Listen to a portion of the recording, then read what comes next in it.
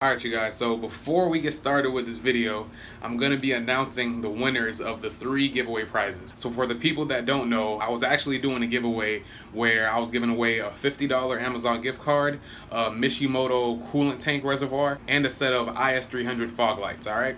So actually the same day that I posted that video, I had probably over like 150 entries, and then by the end of the week, which is today, Friday, I had like I had over 400 people enter to actually try to win the prizes, and it's crazy, man. I really wish that I could give each of you guys something, but sadly I can't. But it's time to announce the winners of the prizes. Alright, so first up, it's going to be the winner for the $50 Amazon gift card, alright? So the winner of the $50 Amazon gift card is at 1jz.josh705. Congratulations. I'm going to be contacting each of you guys after I get done uploading the video, so be ready. So next is going to be the winner for the Mishimoto coolant tank reservoir. So the winner of the reservoir is at Def Style. D-E-F-T style, so Def Style, right? I think that's how you say it. So yep, congratulations, you're the winner of the coolant tank reservoir. I hope you enjoy it. And then last but not least, the winner of the IS300 fog lights. That's gonna be at Berto Station.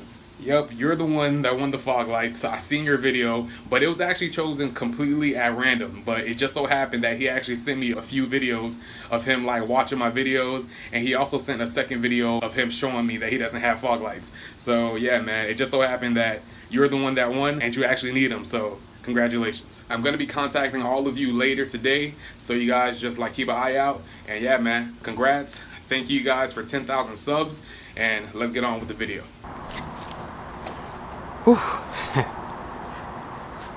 What is up, you guys? Thank you for tuning in to today's video. Today is finally the video a lot of people have been waiting for.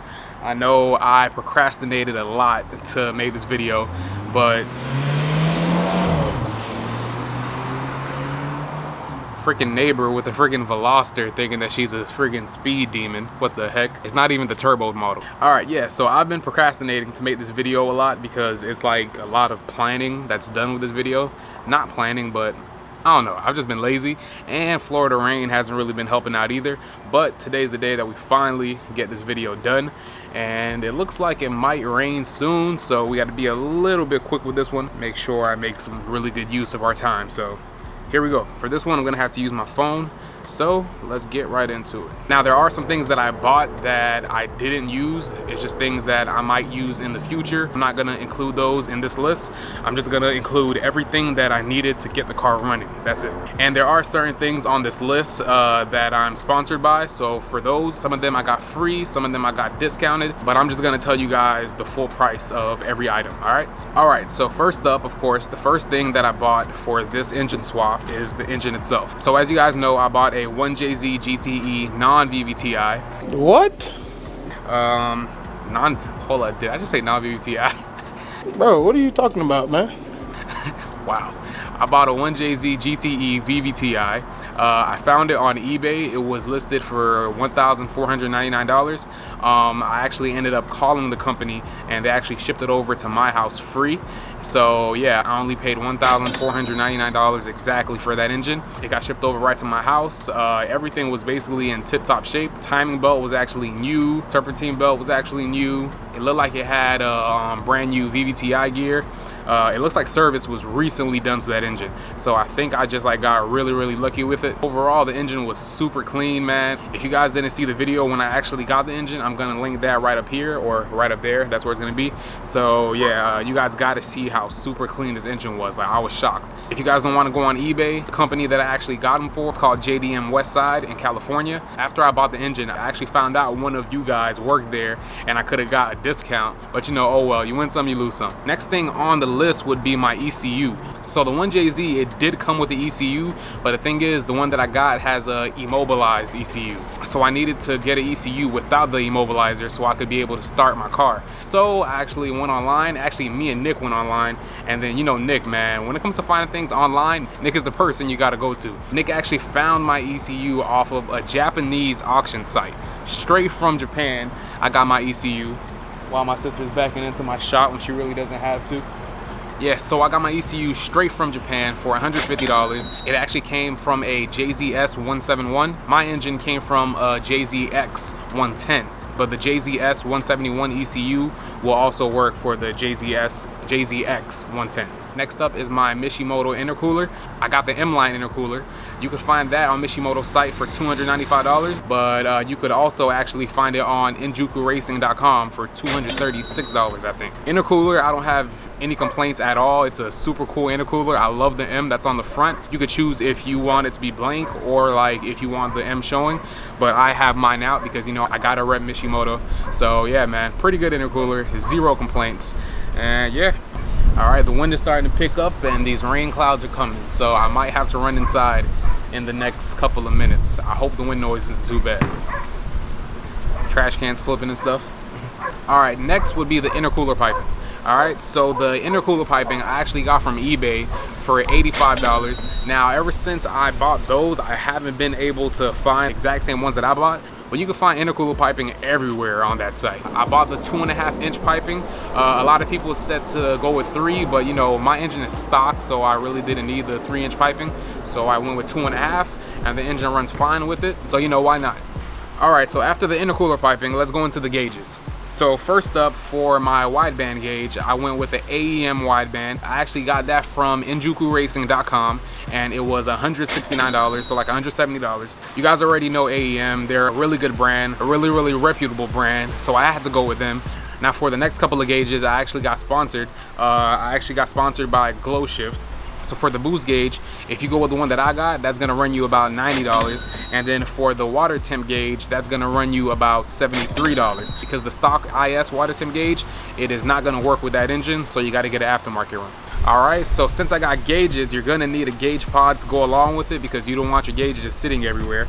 So for the gauges, I bought a gauge pod that could fit my 7-inch radio. I got it off of eBay. I got it for $65. It's actually 3D printed, and then it fits perfectly for the IS. Like, it fits exactly the way you want it to. I was gonna get one of the ones that go on top of the AC part, but those were really pricey. And this one, it was for 65 bucks, and then I think it looks clean. And then, you know, not like everybody knows that you got gauges in there unless they look deep inside your car. So, you know, I really like them, so I just went for it. All right, so after the gauge pod, next is the muffler. I got my muffler for 50 bucks off of Amazon. It was like a normal cheap N1 style muffler. I didn't like really want to go with like a Gretty or, you know, something super expensive because it's gonna be a straight pipe to a muffler. Once you go straight pipe, you know, sound is like really out the window. But I feel like when you got a 1JZ, no matter what you put on there, it's gonna sound amazing. So it's like, who cares, right? So yeah, I got an N1 style muffler from Amazon and it was 50 bucks. All right, so next is the fuel line for the fuel return line. I got that one off of eBay. I got it for I think $16. It's a 10-foot line. It's a 6AN or AN6, I forgot how you say it, and it's a nylon wrap line. It's all black. Nick also found that for me. 10 feet is like the perfect length to make it from the fuel pump all the way up to the fuel return line that's on the engine. So I would say 10 feet is the like best way to go. I actually cut about a foot off too, and it still reached perfectly fine. So I would say 10 feet is like the perfect length that you want. After that will be the fuel pump. So I went with the AEM 320.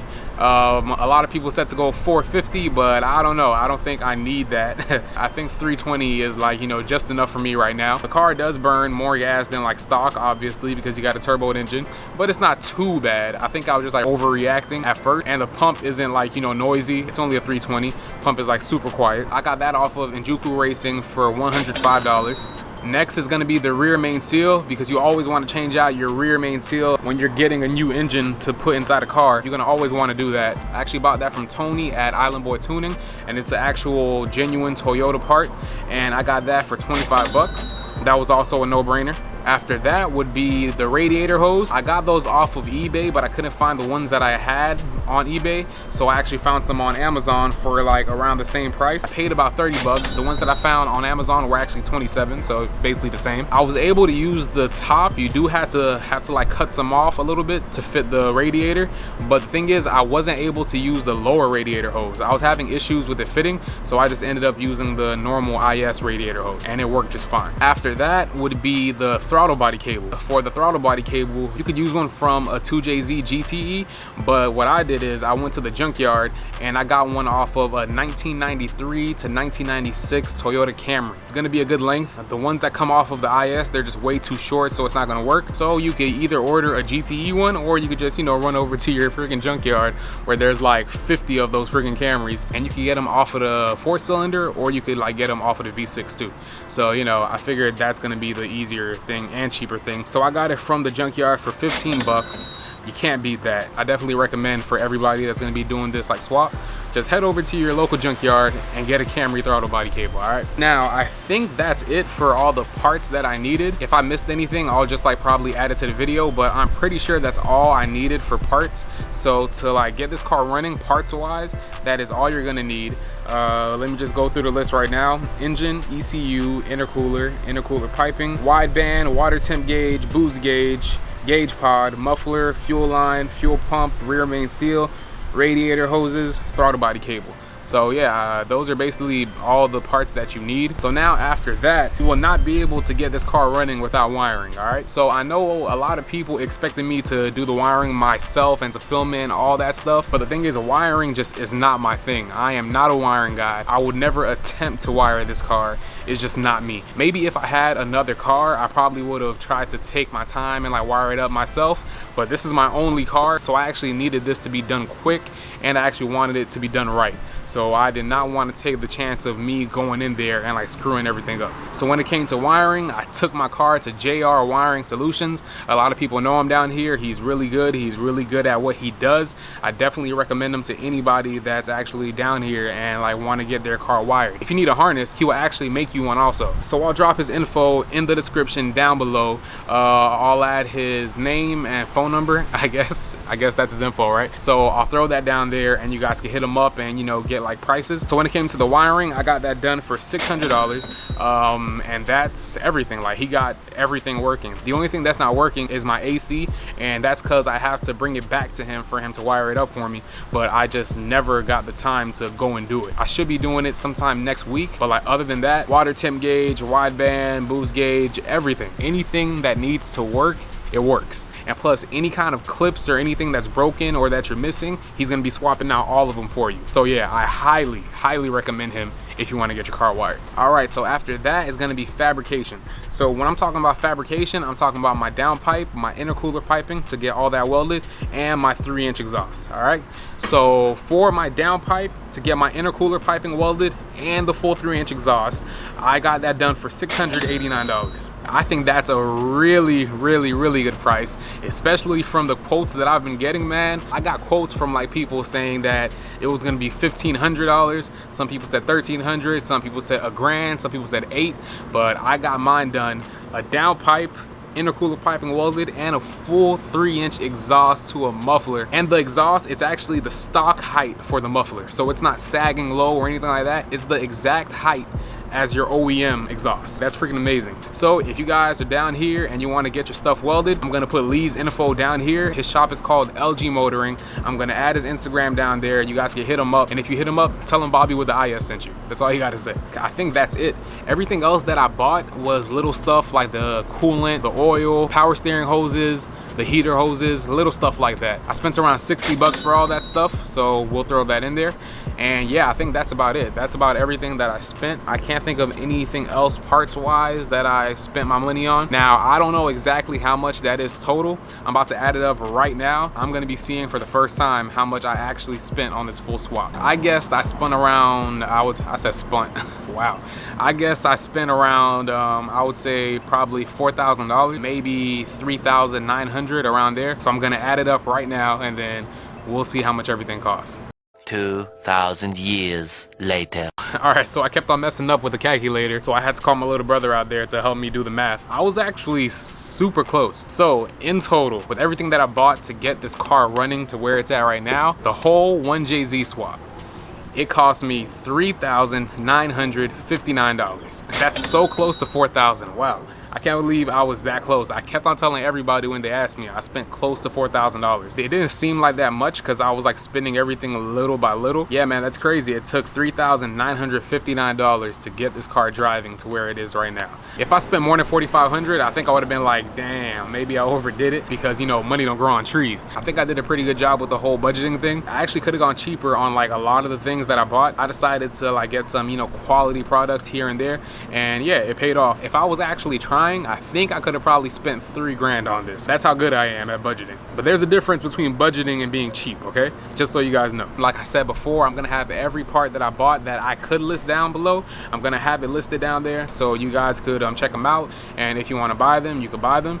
And yeah, man, that's it. I think that this video brings a close to the whole 1JZ saga. Of course, there's gonna be plenty more 1JZ videos, but the whole, you know, the whole 1JZ swap thing, I feel like this is the end of it. But that's gonna be it for today's video. I hope you guys enjoyed it, and I hope you guys found it informative. If you did, please give it a thumbs up. If you haven't yet, sub to the channel so you can keep up with this build, and I'll see you guys for the next one. I'm out. But it was coming slow, dreams they seem far. Here you won't make it from niggas who fell off. Goals they kept calling, so I had to pick up. If I wanna get paid, I gotta work hard, shine bright. Day or night, HD, vision right, homie. We ain't dropping no names, straight bombs plus flame. That's the HD experience, thinking there's a better vision. It's funny, Eddie Murphy delirious.